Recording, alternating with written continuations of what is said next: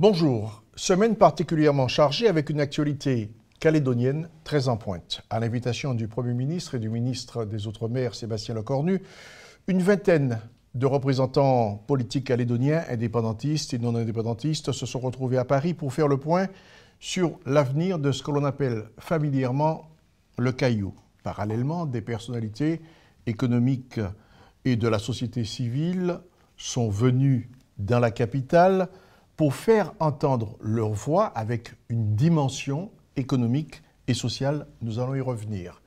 Le président de la République, Emmanuel Macron, a clôturé en personne cette semaine calédonienne en recevant une délégation comprenant Jacques Lallier, Roch Yamitan, Daniel Goa, Sonia Baquès, Thierry Santa, Philippe Desnoyers et Philippe Gomez. Outre-mer 360 a, tout au long de ces 10 derniers jours, suivi cette actualité et a voulu souligner les temps forts de ces échanges en recevant les principaux acteurs de cette séquence parisienne, dont les premières conclusions ont été, entre autres, la date du prochain référendum, 12 décembre 2021. Sur ce plateau, avec nous ce soir, Miss Mideli, vous êtes présidente du MEDEF calédonien, successeur de Samuel Peyoun. Et David Guyenne, vous êtes, vous, président de la CCI de Nouvelle-Calédonie. Alors, qu'êtes-vous venu faire à Paris? Quelles emplettes pour vos... Écoutez, c'est une visite extrêmement sérieuse en réalité parce que les temps, le moment est très important pour la Nouvelle-Calédonie en réalité. Le référendum du 12 décembre, c'est le dernier référendum d'autodétermination des accords de Nouméa et il vient conclure une période à l'issue de laquelle nous allons devoir réinventer un nouveau système institutionnel.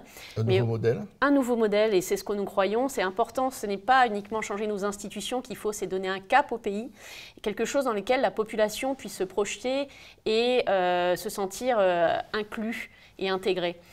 Et c'est la raison de notre démarche, en fait. Aujourd'hui, le collectif NC-ECO, c'est la réunion la plus large des acteurs économiques calédoniens qui a porté une réflexion et qui est venue la porter jusqu'à Paris parce que nous voulons être entendus sur quel pourrait être ce modèle économique et sociétal. Est-ce que ça n'a pas un côté, j'ose pas dire hypocrite, mais je ne sais pas quel mot, quel qualificatif employer, parce que vous ne faites pas partie de la délégation politique, mais vous venez en même temps qu'elle. Est-ce qu'il n'y a pas une sorte de conflit d'intérêts? Je dirais que c'est une démarche qui est effectivement assez nouvelle dans sa forme. Alors, on est sans ambiguïté, nous, on ne fait pas de politique. C'est-à-dire que vous ne croyez pas aux politiques, donc vous les accompagnez? Non, on considère que c'est aussi notre responsabilité en tant que citoyens calédoniens de contribuer à ce débat extrêmement important pour notre avenir à tous. Et c'est vrai qu'on considère aussi que l'économie a peu été évoquée ces dernières années dans le débat. Le politique, effectivement, et c'est normal, a pris une place centrale, le oui, le non, etc. Mais aujourd'hui, on considère qu'il faut davantage parler de modèle économique et que les Calédoniens ont besoin d'être informés. David Nguyen. Pour compléter ce que dit Mimsi, pendant 6 mois, on a travaillé sur un projet économique et sociétal, un projet participatif, c'est-à-dire qu'on a réuni un grand nombre de chefs d'entreprise, on a réuni des experts, on a réuni des personnes qui ont pu nous éclairer sur des modèles différents, l'Australie, la Nouvelle-Zélande, et on a abouti à un projet qu'on estime, nous, cohérent, un projet réaliste, c'est-à-dire une vision pour la Calédonie en 2050 qui justement doit passer ce cap du référendum, coup près, oui, non. Donc, on est venu le présenter à l'ensemble des personnes qui vont décider de l'avenir de la Calédonie, en tout cas du processus de sortie des accords de Nouméa. Et donc, c'était notre démarche de présenter un projet réaliste, un projet citoyen, qui en plus est vraiment correspond à l'écoute profonde des Calédoniens qui a été faite par M. Lecornu. 80% des thèmes, des propositions qu'on aborde sont des propositions qui comptent pour les Calédoniens. On peut le résumer comment ce projet? Un projet 2050, une Nouvelle-Calédonie décarbonée dans une société apaisée, multiculturelle et qui réunit l'ensemble des strates de la Calédonie. Ça c'est pour les mots, ça oui. C'est pour la philosophie. Du point de vue économique, quels sont les chiffres que vous pouvez avancer? Alors nous, on est très concret sur notre trajectoire. On sait par exemple que notre modèle ne fonctionnera qu'avec une transition écologique et on sait que les investissements en termes d'énergie sont des investissements très lourds qui vont prendre énormément de temps. Donc un certain nombre de choix vont se faire dès aujourd'hui pour porter la Calédonie jusqu'en 2050 sur une économie différente, sur des secteurs d'avenir qui vont à la fois être consommateurs d'énergie, mais ce qu'on veut, c'est de l'énergie verte et une image de la Calédonie qui soit durable, qui soit respectueuse de son environnement et respectueuse de sa société diverse et multiculturelle. Le gouvernement, je l'ai dit il y a un instant, a acté un référendum pour le 12 décembre 2021, avec une période de transition, et c'est important, je crois, de 2 ans. Quel que soit le résultat, et ça vous satisfait, cette proposition? Écoutez, ça nous satisfait, c'est ce qui est prévu dans l'accord de Nouméa. C'est-à-dire qu'à un moment donné, on arrive au terme d'un processus qui était extrêmement balisé, donc qui dit que, au-delà de la 3e consultation, en tout cas si la réponse est non, il va falloir se mettre d'accord sur un projet. Alors nous, on considère qu'on aurait peut-être pu travailler ce projet plus tôt. Et donc, c'est pour ça qu'aujourd'hui, à un moment, à la veille du 3e référendum, on dit, bon, on va contribuer, on va apporter des idées, puis on va contribuer à ce débat. Mais pour autant, effectivement, quel que soit le résultat de cette consultation, à un moment donné, il y a un consensus pour dire il va falloir réinventer la façon de tous vivre ensemble. Je veux dire, on n'est pas arrivé au bout de 30 ans d'accord de Nouméa, de vivre ensemble, pour sauter tous ensemble dans le vide. Donc, quelles que soient les conséquences de cet accord, il y aura un travail. Et nous, on est ravis que cette consultation, elle ait lieu le plus tôt possible. Et on a appelé de nos voeux une consultation fin 2021 parce qu'on considère qu'il faut sortir de cette impasse et se mettre au travail pour expliquer aux Calédoniens comment ils vont vivre après les accords de Nouméa. Moi, ce que je trouve intéressant, c'est qu'on est passé d'un référendum couperet à un référendum de projets dans la France ou de projets hors de la France. Mais en tout cas, on a passé cette étape, cette petite nuance, et le projet, j'ai envie de dire, ça change tout. Est-ce que ce projet n'est pas vraiment quelque part pédagogique? Si, l'idée c'est d'éclairer les Calédoniens. Et d'ailleurs, ils le disent, une des conclusions de l'enquête de l'État, c'est que les Calédoniens ne se considèrent pas informés. Ils ne savent absolument pas ce qui va se passer au lendemain du 3e référendum. Et ça crée évidemment des inquiétudes, ça crée des incertitudes. Pour les investisseurs que nous sommes, c'est dramatique parce qu'on ne peut pas se projeter dans l'avenir et un investisseur, par définition, il a besoin de voir un petit peu plus loin que l'année prochaine. Et c'est vrai qu'à un moment donné, on a besoin d'avoir une voie un peu plus tracée et une visibilité sur ce qui va se passer à l'issue de ce référendum. Puisque nous sommes dans une informal conversation, quels sont les interlocuteurs que vous avez rencontrés brutalement? Écoutez, on a rencontré un peu tout le monde en fait en réalité, c'est-à-dire que les choses se sont faites. Des noms. Des noms, on a été reçus par les cabinets de l'Élysée, de Matignon, du ministère des Outre-mer, on a été reçus à Bercy, on a été reçus par les sénateurs de Wallis-et-Futuna, de Polynésie française, avec qui on a eu un échange extrêmement intéressant parce que ce qui se passe en Nouvelle-Calédonie, ça concerne, il ne faut pas se leurrer, l'ensemble de l'Outre-mer français.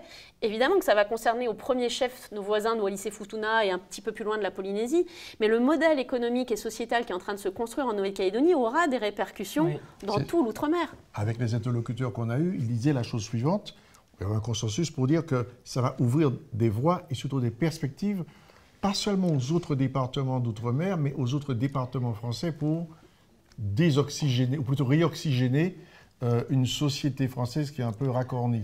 Vous êtes d'accord? Alors vous savez, on a été choqués par le sondage qui est sorti juste avant la visite de la délégation, qui disait que la majorité des Français souhaitaient que la métropole se sépare des Outre-mer, de la Nouvelle-Calédonie.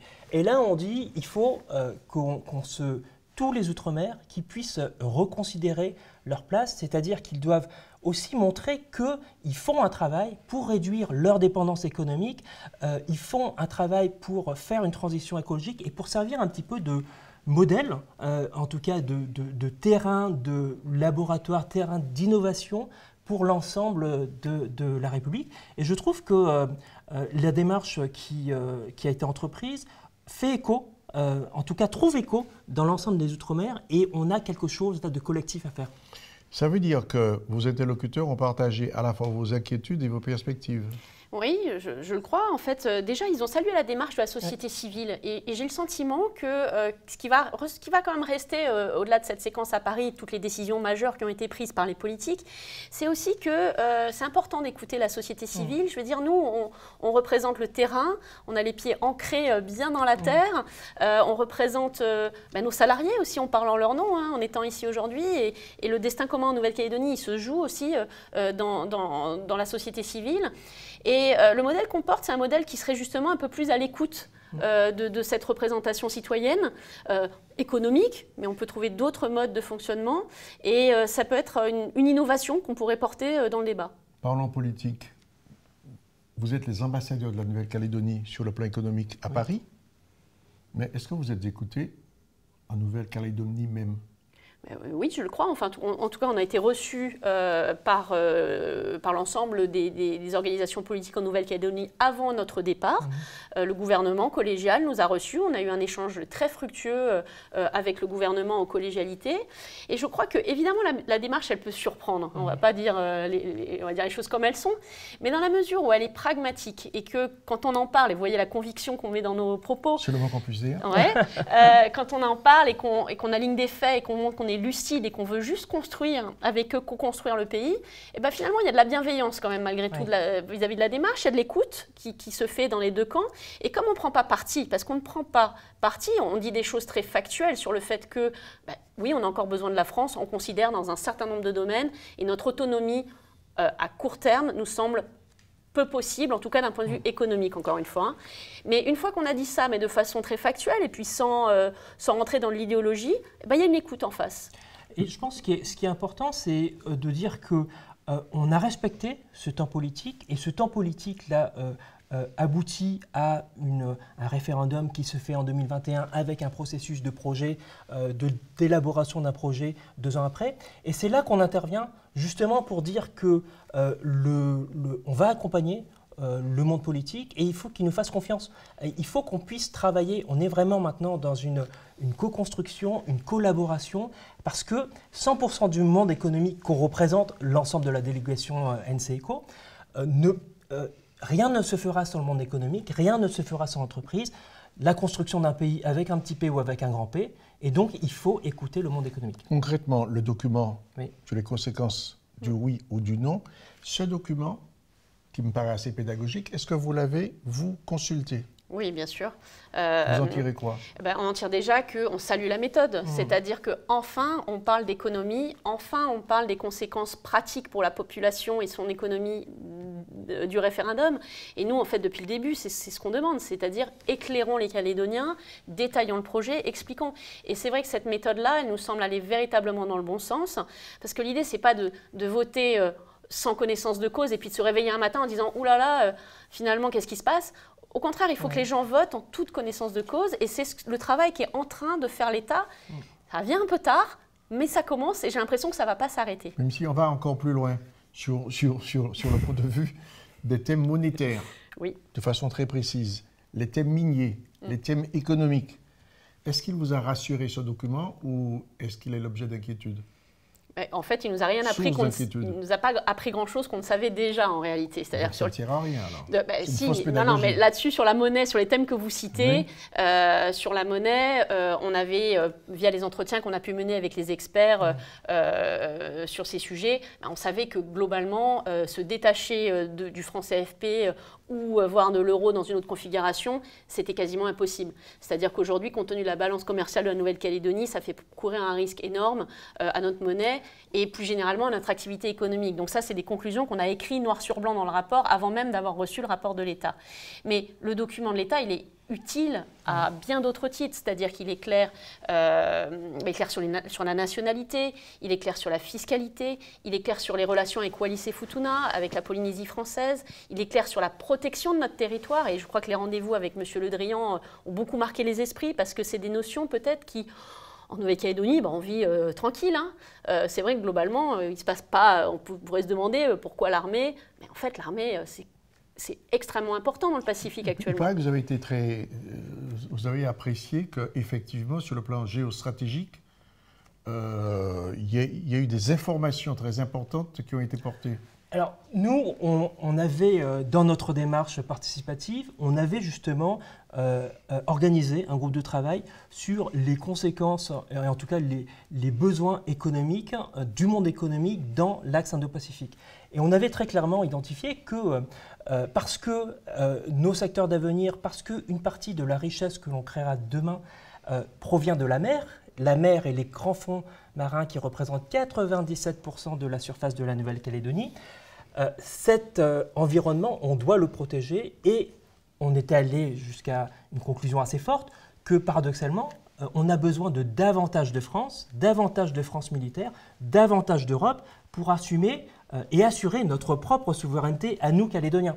Donc je pense que ce qui est important, c'est à la fois le document du oui et du non du ministère des Outre-mer et à la fois ce qu'on a fait, c'est de faire prendre conscience aux Calédoniens que les notions d'identité, les notions de souveraineté sont vraiment complexes, qu'il faut les revoir, il faut les réadapter, et il faut avoir des réalités et une perspective pour justement trouver quelle est la bonne souveraineté pour nous, quelle est la bonne identité, quelles sont les bonnes identités pour nous, pour qu'on puisse construire un projet qui fonctionne. Avec deux axes, géostratégiques et également économiques. Parlons d'économie et parlons également de décolonisation avec un produit quand même contesté, le nickel. Oui. Le nickel qui est quand même la ressource principale. Le nickel a été pendant 30 ans l'alpha et l'oméga du processus de décolonisation, appelons-le par son nom. Est-ce qu'il n'est pas temps de changer de logiciel et de mettre fin au tout nickel ? Ce sera ma dernière question, mais je pense qu'elle... la réponse est oui. D'ailleurs, on a pris le parti dans notre rapport de ne pas avoir une partie nickel. Donc vous fermez les mines. On en parle en fil rouge, le nickel. Évidemment que c'est la principale ressource. Le nickel, c'est 20% de l'emploi privé en Nouvelle-Calédonie. Sauf donc que c'est pas tout de suite. Pas tout de suite, puis surtout aujourd'hui, on a un modèle métallurgique, honnêtement, qui malheureusement, on a 3 usines, mais qui aujourd'hui sont très déficitaires. On va pas se voiler la face. Encore une fois, il faut être lucide. Donc à un moment, est-ce que ce système... Mais non, pas nous. Enfin, c'est des sociétés privées. Mais en même temps, est-ce que ce système, il est viable à long terme? On peut se poser la question. Et demain, ce qui est plutôt important, ce qu'on dit, c'est qu'il faut apprendre à danser sur d'autres rythmes et d'autres bases. Et la Nouvelle-Calédonie a énormément de potentialités différentes. Et on dit souvent qu'il y a une espèce de malédiction des pays qui ont des ressources minières. Parce qu'au final, on se focalise là-dessus. Alors, c'est une chance, évidemment, je vais pas... Mais on se focalise là-dessus, et puis on ne développe pas le tourisme, on ne développe pas notre agriculture, on ne développe pas nos ressources sous-marines, et donc, finalement, on ne développe pas nos potentialités. Et justement, comment on l'a fait? On est parti sur la ressource nécessaire qui va porter nos économies, c'est l'énergie propre, l'énergie verte, l'énergie qui va soutenir ce nickel vert. Et le nickel vert, ça fait toute la différence.